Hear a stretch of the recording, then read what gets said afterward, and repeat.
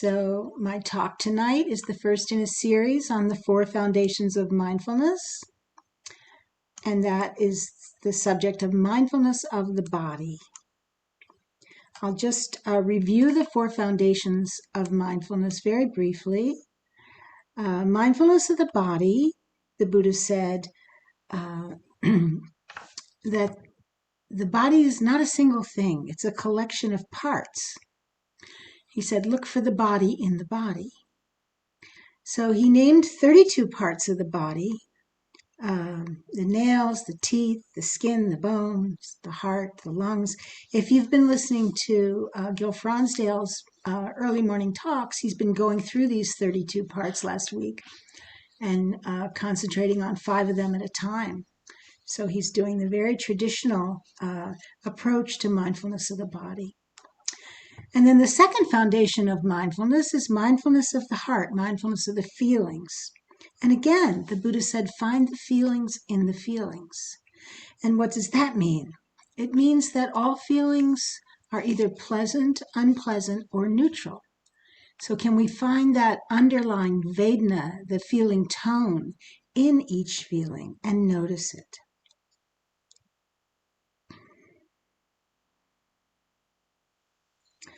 The third foundation of mindfulness is mindfulness of the mind, mindfulness of thinking. And the Buddha said, find the mind within the mind.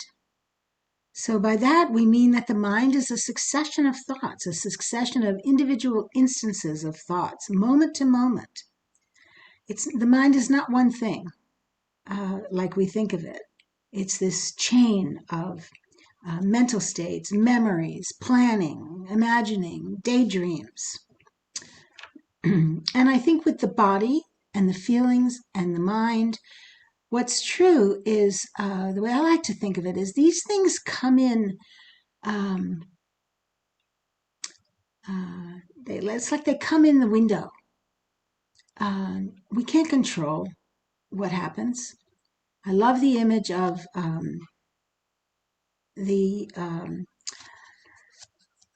taking the one seat. That there's a house and it has 5 windows and a door, which represent our 6 senses. So the 5 windows are hearing and tasting and touching and seeing and what's that other one? You know, there's 5 of them. Smelling, maybe. And then the door is the thoughts, which Buddhism posits as a 6th sense. And on all of these windows and doors, things come in. And we take the one seat in the middle of this empty room and we stay on that seat. We don't get up and run after what comes in the windows and run after what comes in the door. We just watch. We take that one seat and we stay there. So I love this idea that things, sensations in the body and thoughts in the mind and feelings, they come in. They come in on the wind and they go away. They're not us. When I was younger, I used to think, how could I think a thing like that? I must be a terrible person. And then it was a great relief to me to realize that the mind will think anything. I don't have to worry about it. I don't have to take it personally. These things come in on the wind. And then the last foundation of mindfulness, the 4th foundation of mindfulness, mindfulness of the Dharma. So the Dharma means all the Buddhist teachings, being aware of them and applying them and keeping them with us. But also Dharma is a Sanskrit word that means reality. So it's kind of mindfulness of the very big picture.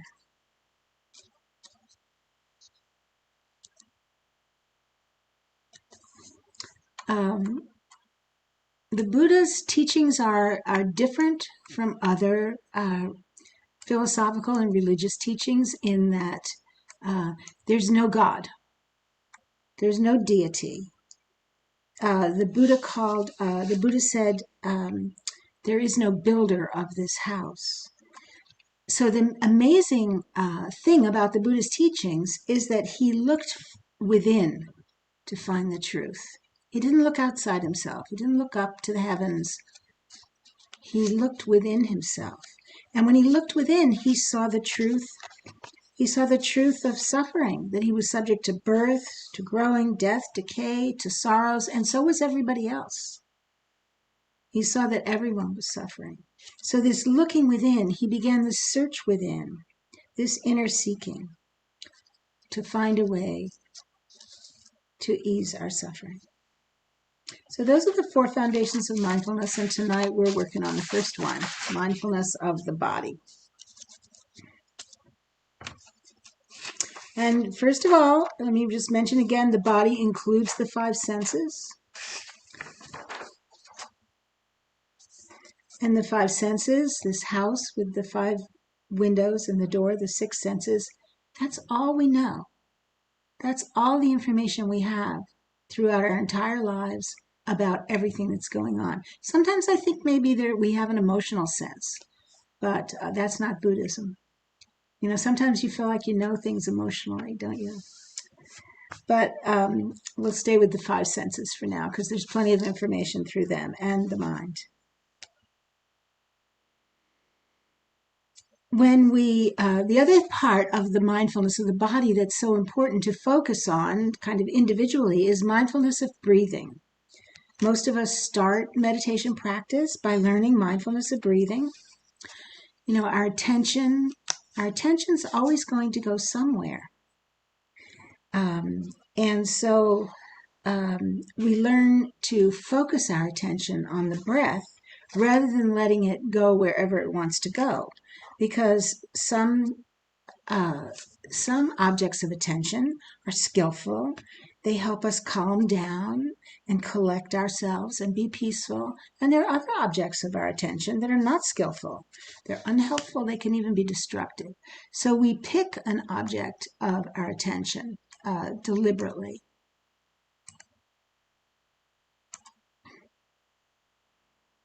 Breathing is a wonderful object for meditation because it's symbolic of our life. We take our first breath when we're born. We take our last breath when we die.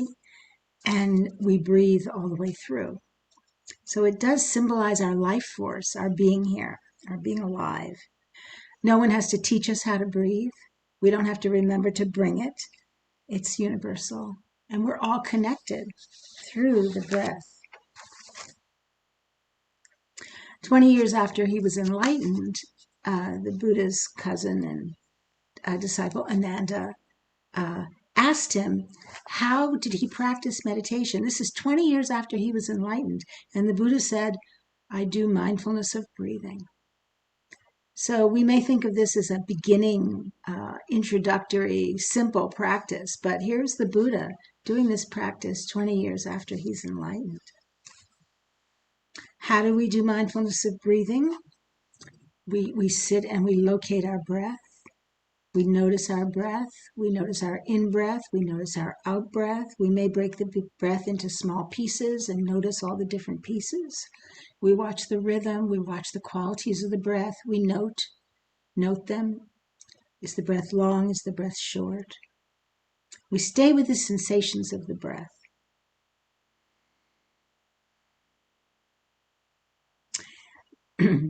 One of the things that has always struck me about the breath, I'll just say this sentence. I love this sentence.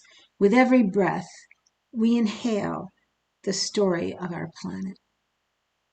What does that mean? You know, the air comes into our lungs, and then when it's in the lungs, there's a place where there's an exchange, and that air from the outside enters into our body and becomes carried by our bloodstream, bringing oxygen throughout. And the other part of that exchange is that the CO2, which the body wants to let go of, moves on to the out-breath. So there's this exchange, and we actually take these molecules of air into our physical body, and they travel all around us. So when I was in graduate school, I had to take a course in probability. I think most graduate courses require that. And our probability teacher, who knew everything, told us that he used Julius Caesar, but in Buddhism they often use the Buddha, that every breath that you take, the odds are almost 100% that it will have a molecule that was breathed in by the Buddha. So you're taking in molecules that were inside the Buddha's body with every breath. Not just the Buddha, but also Julius Caesar. Not just the Buddha's breath, but the Buddha's last breath. And every other creature that has ever lived on this planet, including dinosaurs, anybody who takes in air, any creature, trees. So, that sounds crazy, but because you think, oh, well, you have one breath, it's this big, however much air it is. Compare that to all the air on the whole planet. How could that be? But it is. When you do the math, you take this breath and then you breathe it out, and it spreads around in a year or two, it spreads around the whole planet. And those molecules are distributed. There's a lot of molecules in a breath. That's part of the secret. There's 25 molecules followed by 21 zeros. So it's like sextillions or something. And if you do the math, you'll see that you can't take a breath without getting molecules that have been breathed in the Buddha's last breath, or Julius Caesar's breath, or every creature that ever lived. Now that's just amazing. We don't know what those molecules are. As far as I'm concerned, molecules could be conscious, molecules could be anything. We think we're the only conscious thing, but I think a lot of other things might be conscious. And that's not Buddhism either. I always like to say that when I tell you something that isn't part of the teachings. But we can still have some awe and wonder about what they are. And that we're taking them into our body, and they've been in other bodies throughout history. So I love this sentence that with every breath, we inhale the story of our planet. So what does that do for me? To me, that brings a kind of reverence to the breath. I mean, this breath is an amazing thing. It's got all these molecules that have history. And it's also the only time this breath will ever exist. It's like this moment. This is the only time this moment will ever exist. So so breathing is not anything to take for granted. It's sacred. It's a one of a kind thing in our entire life. So can we bring reverence to the breath? Can we feel this kind of knowing, the fullness of each breath, unique in a lifetime?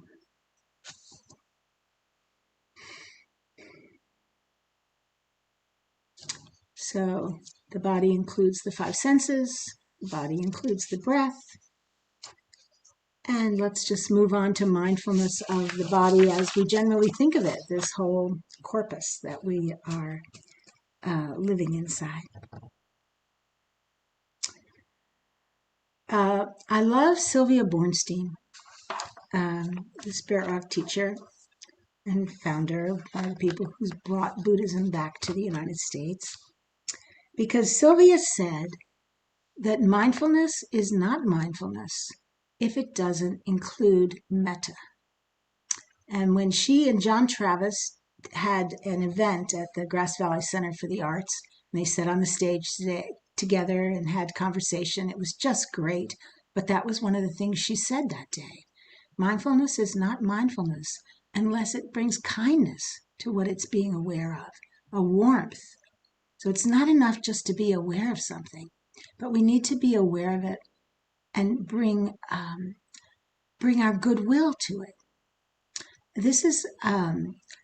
This idea is kind of driving my whole life right now. So I think it's been the main theme of the last few talks I've probably given, if you've heard any of them. But I think it's such an important idea, so revolutionary, because, a cat burglar's very aware of everything that's going on. He's broken into your house. He's going to take all your jewels and everything valuable. And he's very aware. He hears every sound, every footstep. He knows if a board's going to creak. Is he mindful? No. because he's bringing no loving kindness to anything that he's aware of. So that's like the extreme contrast, but I think it's useful. So mindfulness of the body, how does that work? It's a full-bodied sensory experience. The language of the body is sensation. I'll just say that again. The language of the body is sensation. That's how the body talks to us. That's how it tells us its story. When we're mindful of the body, we show up for those sensations. We show up for the itching. We show up for the tingling, for the numbness, for the heat, for the heaviness, for the expansiveness, for the pleasure, for the pain. We show up for everything the body wants to tell us. So sometimes the body will deliver a very strong sensation, and we don't really have a choice about whether or not we show up for it because it blots out all other experience. But with mindfulness of the body, we want to stay aware even of sensations on a lower level, when sensations are speaking quietly, and try to apprehend them, try to feel them, and we have a choice about what we pay attention to, and can we investigate these sensations?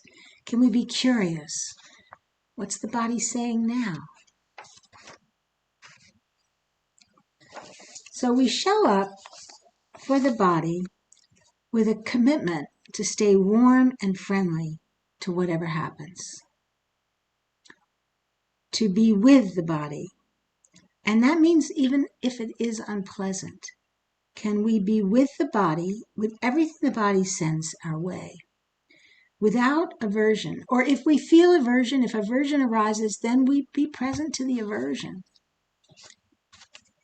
But can we not push the body away? Can we not push away the pain when there's pain, but can instead be with it? Can we not crave more if the body sends us pleasure, but just be with it as it is, simply present? Because, this is, if you think of the body as a friend, and if you have a friend and you want to be a good friend, you're loyal to that friend. And you're loyal, you listen to that friend, and you whatever they have to say. And that's a kind of loyalty. And that's how relationships develop. That's what makes good relationships, having this loyalty to one another. So can we be loyal to our bodies? Our friend, the body.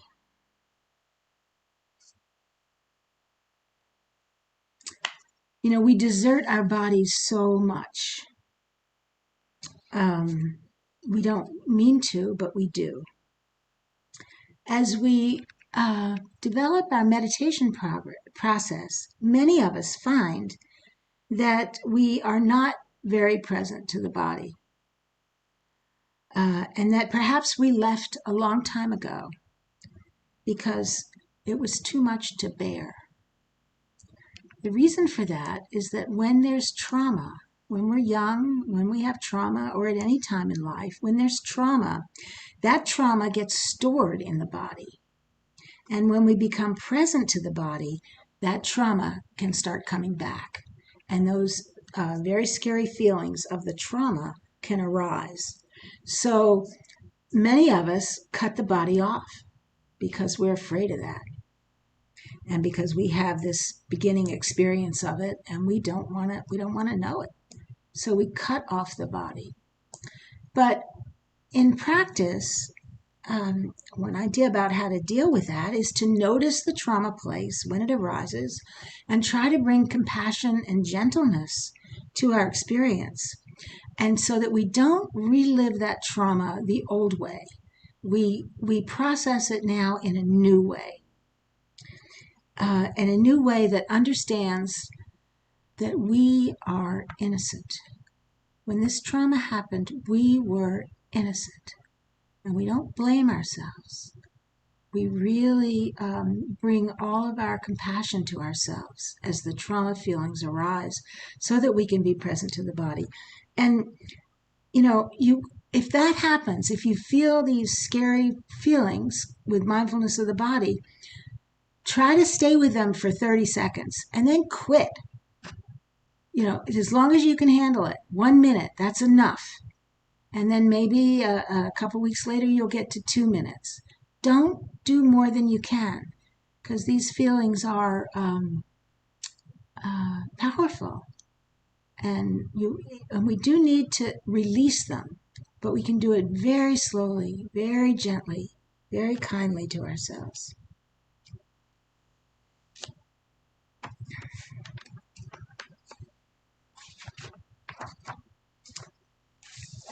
I think, if our body is a friend, what are our bodies like? They're like children. They're innocent. Our body wants to be healthy. It wants to be happy. It wants to be whole. It wants to be free. It doesn't want to be judged and compared to all the other bodies out there that are so defined as beautiful. And it doesn't want to be pushed into all kinds of accomplishments and compared to the Olympic athletes that we don't measure up to.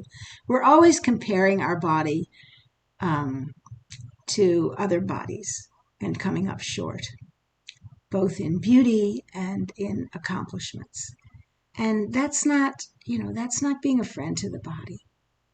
But if we can stay with the bodies, if we can stay with our body and learn to accept our body and like our body and befriend our body, whatever it is, who made up all those standards anyway? We don't have to abide by them. So if we pay attention openly, without judging, without turning away when there's pain, and bring compassion and gentleness, our bodies will tell us their stories through the language of sensation.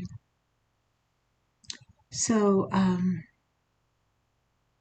we allow the body to fail sometimes, to be sick, to have trouble. It's okay. I know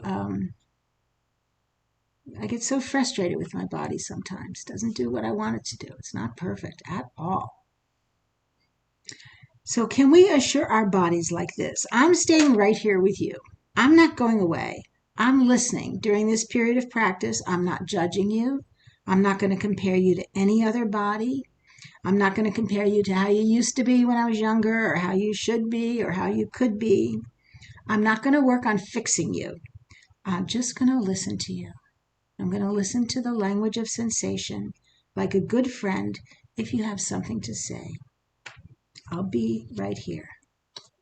And as we love and listen to our body, the knots start to unwind.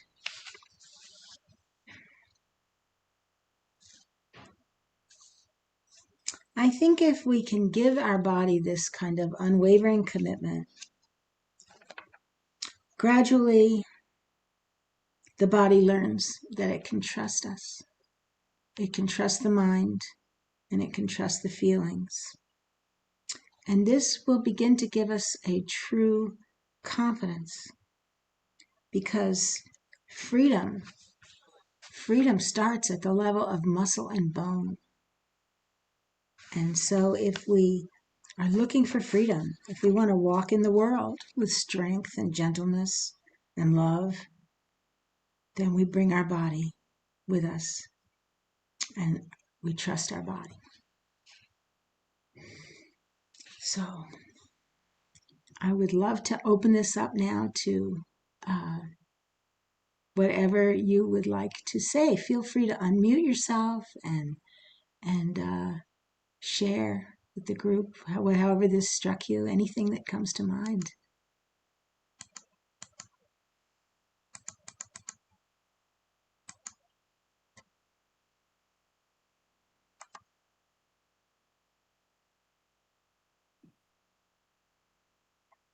Mary Helen, this is Jen.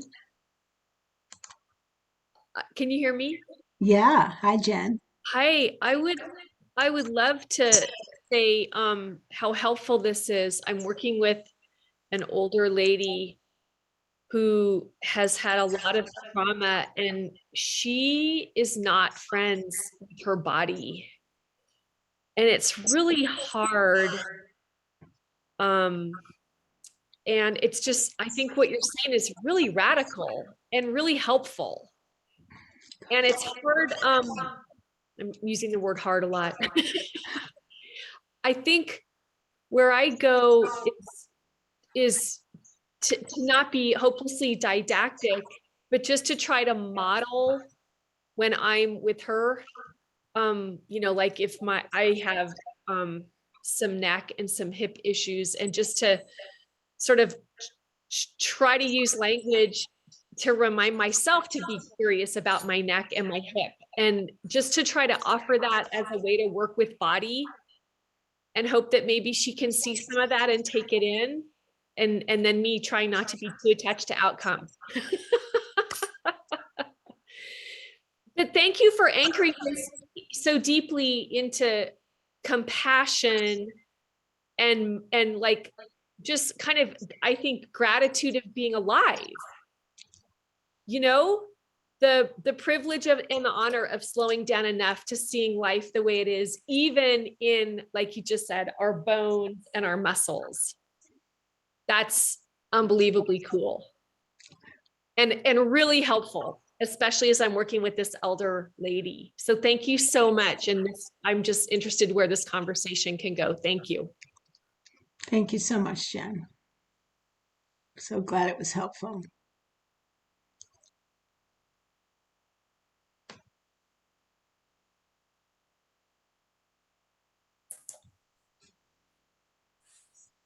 Can you hear me? Yes, Karen. Oh, okay.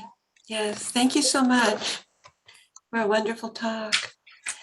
I have a practice, and I'd like to share it with people because it's so healing for me.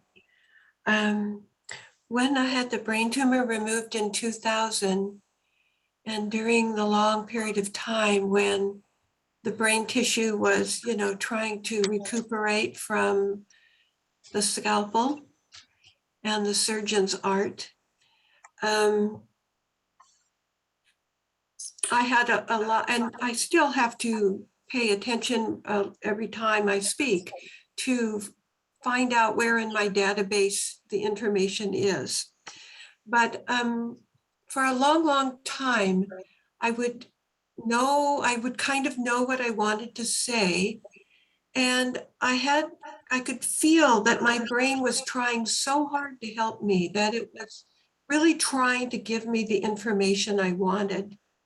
But it was so discombobulated that it couldn't get its act together. And it was really quite lovely and very humorous. And my friends and I would be really just cracking up because of what my brain would do. For instance, one time my children, they visited me in Nevada City, and we went into a bar. They wanted to go to one of the bars because they had this a big cherry antique bar there, wooden bar.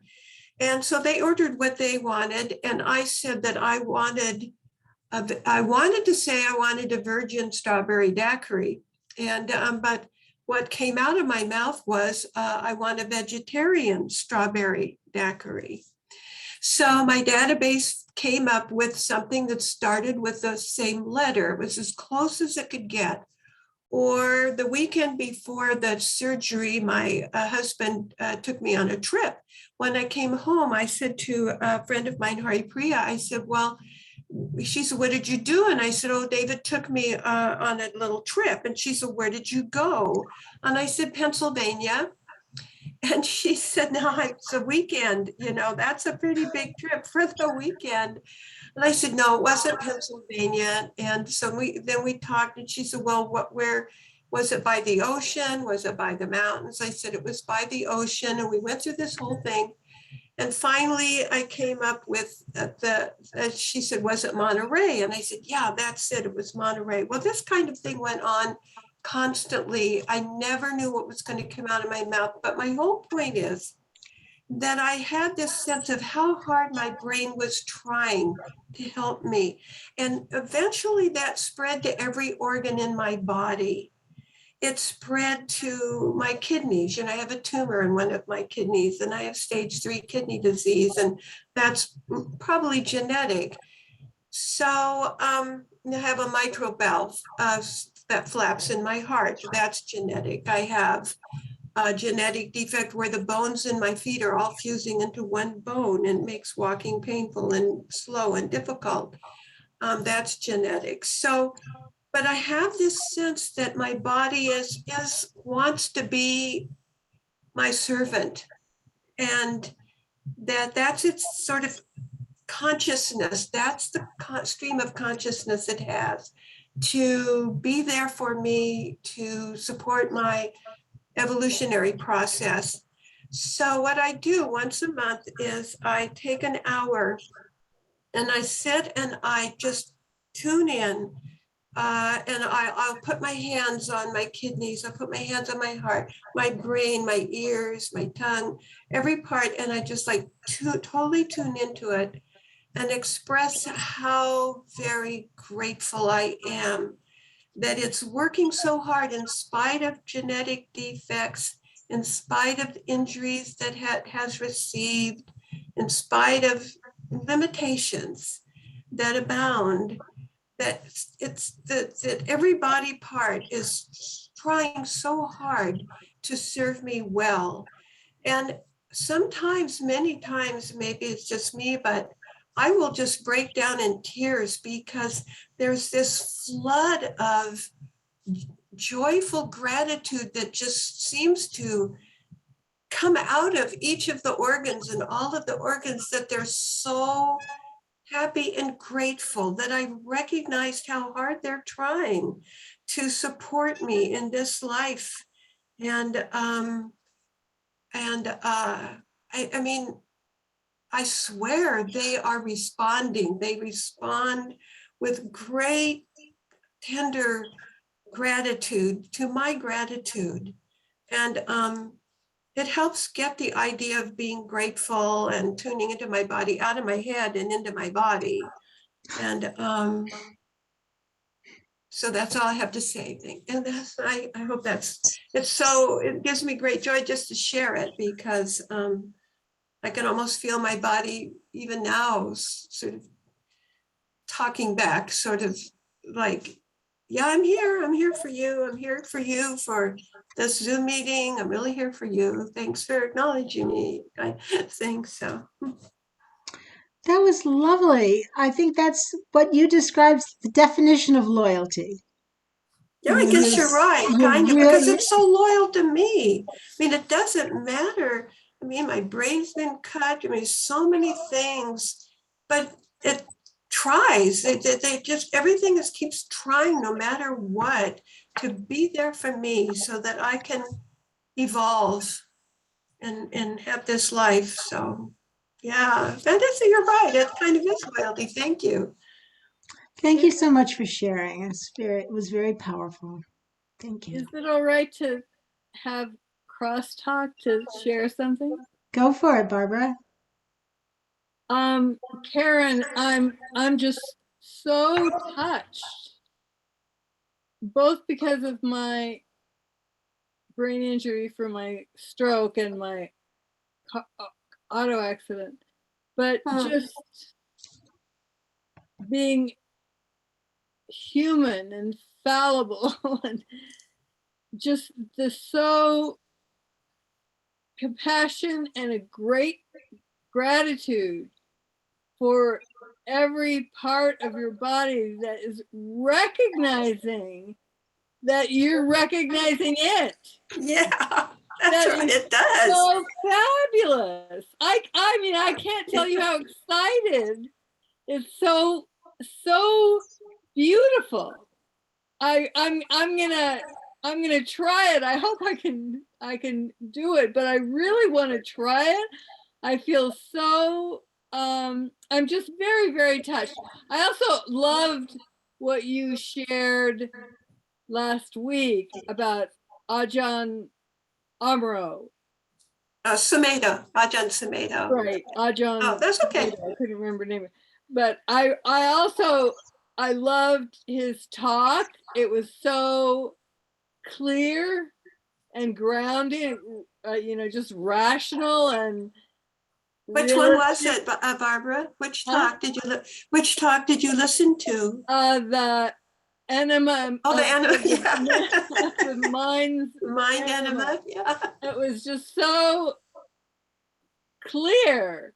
Yeah. And what you're sharing today is so clear and so heartfelt. I mean, anybody in the world would appreciate what you shared. So I just really appreciate your share. Well, gosh, thank you. That's so very kind of you. And I do think when one is recuperating, as you said, from the stroke and an auto accident, and I'm so sorry. I'm so very sorry. But one is more vulnerable, and one's, the sort of taking everything for granted and just sort of going about life. I mean, it's so much easier, really, don't you think, to be mindful when you're recuperating. And and this isn't hard. You really just sit down and with dim lights and just relax and just go inside and pay attention to your heart and every part. Take a couple of hours. That take as long as you like to just relish how much your body is loyal to you, and give it comfort, like a child, so I'm like, your brain now is suffering, had a stroke, and give it sympathy and tell it thank you, and I hope you feel better, and I'm here for you. I mean, just like, they're alive because somehow they are all conscious. There's only the one consciousness, and every little part of it is. So yeah, you can definitely, you'll know, but trust me, you will know that every part of you hears. It will be wonderful. Well, I'm looking forward to doing it. Yay! Thank you so much. It's such a gift. It's a beautiful gift. Thank you so much, dear.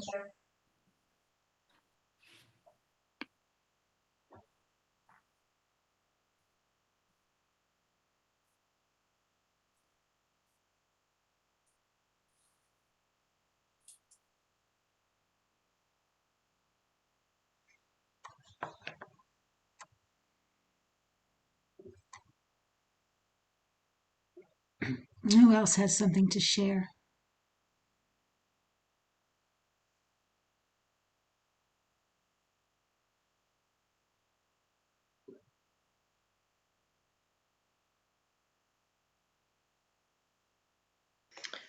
Well, I can say something, Mary Helen, about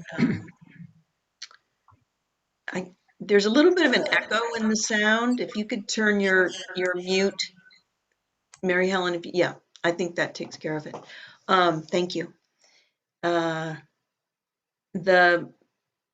you mentioned about trauma in the body, and that's really our way in to healing. I've done some therapy with different kinds of body psychotherapy, such as somatic experiencing and Hakomi.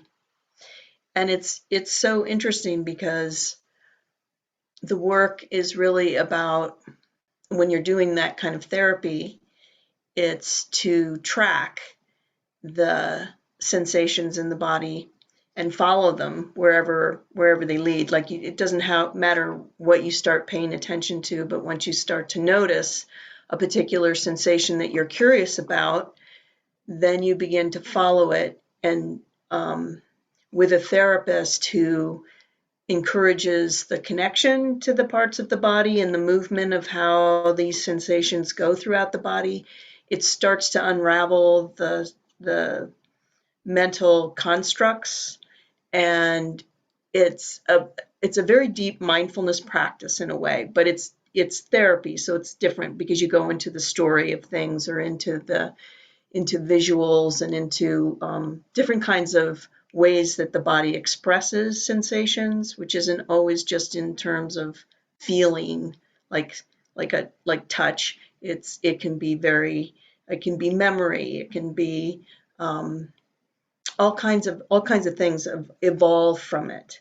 So it's a very powerful kind of therapy that has grown into what's called somatic experiencing, and I think it's a really healthy kind of way to work with what comes up in meditation, because sometimes it does trigger some trauma, and that just knowing that there's a way to trust that the body has wisdom, and that it depends on what you do with the information that comes up. It's not, the information isn't the problem, it's how we respond to it. So anyway, I just wanted to mention that, because I think that when we do these deeper practices or retreats or things, the trauma, and many of us have experienced traumas in different levels, but it can affect our practice, and there's ways to work with it. So I just wanted to mention that too, from my experience anyway. So thank you. Thanks so much. That's helpful.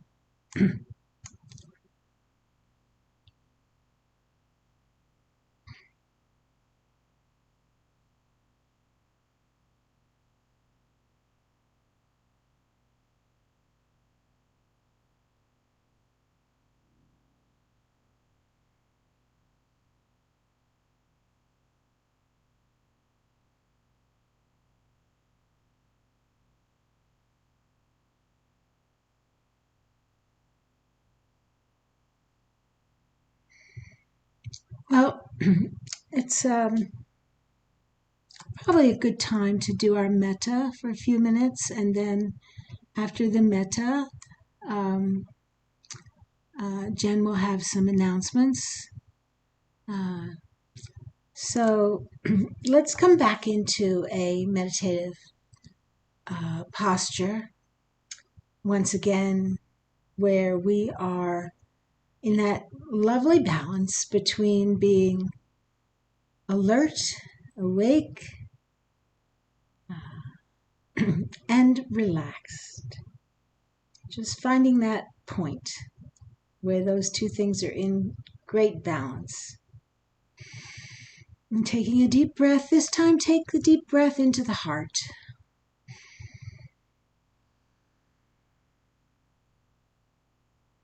It's so interesting to me that I feel the capacity for kindness, for loving kindness in the heart. I feel it right there. And I imagine we all do. And yet, science doesn't really talk about emotions residing in that part of the body, but don't they just? They do for me anyway. So, feeling there our very special human capacity for kindness. It's really what makes us human beings, isn't it? It's really what gives us our unexpected, amazing dimensions, that we can feel loving kindness, that we can feel compassion for people who are suffering, others who are suffering, and that we can feel joy for others who are feeling joy, and that we can be equanimous. We can hold a position of balance, seeing all sides of the issue without leaning in any direction. That very high state of balance. And that these higher human emotions are within us, and we can experience them. So amazing.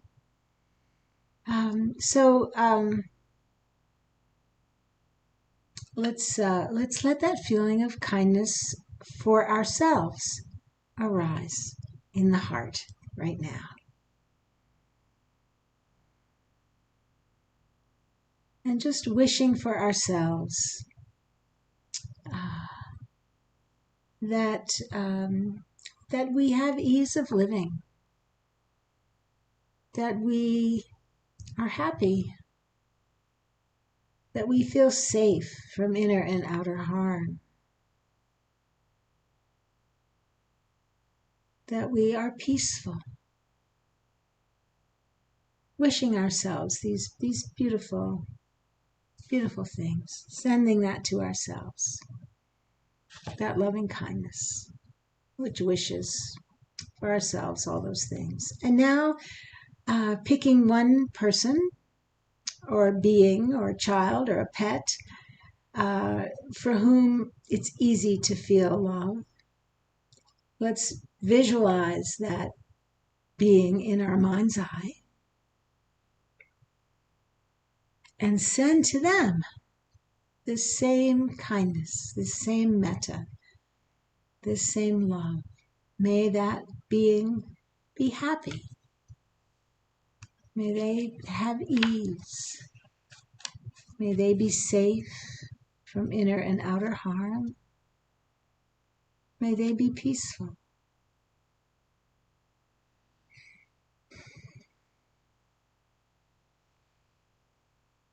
May they awaken.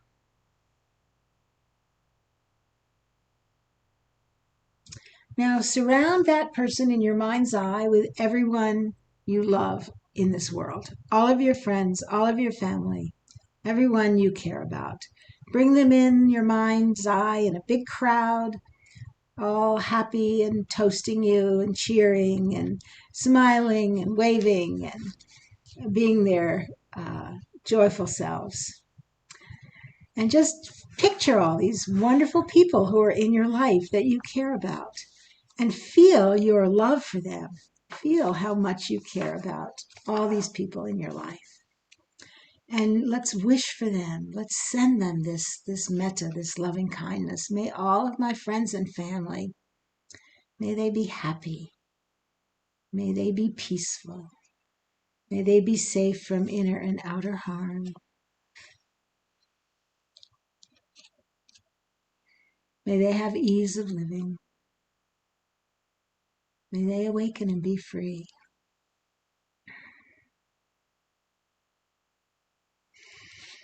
So let's let that expand now. We have a big crowd in our mind. Let's let our mind expand and include more and more people. People we know, people we've seen in the store, people we don't know, people on the street, people who live within 5 miles of us. Just spread your mind out and gather all those people into this crowd that you're wishing them well, wishing them happiness, wishing them peacefulness. Let it grow. Let it go up into the mountains. Let this beautiful mind state expand in every direction, up, down, right, left, forward, and backwards. Let it go out to the oceans, across the lands. Let it wrap around the continents, the oceans, and the whole planet until you hold in your heart everybody on this planet. 8 billion amazing beings, everyone unique, everyone with a story, and sending them all these good wishes.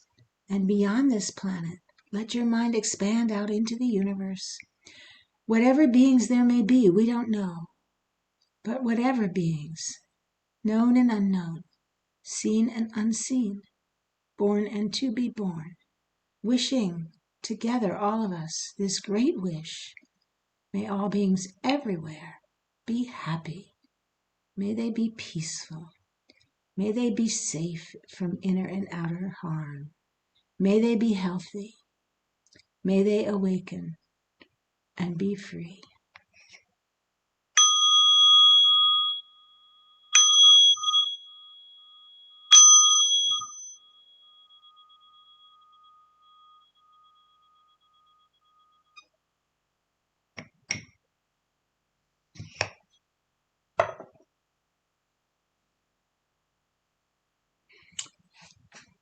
I'll turn it over to Jen.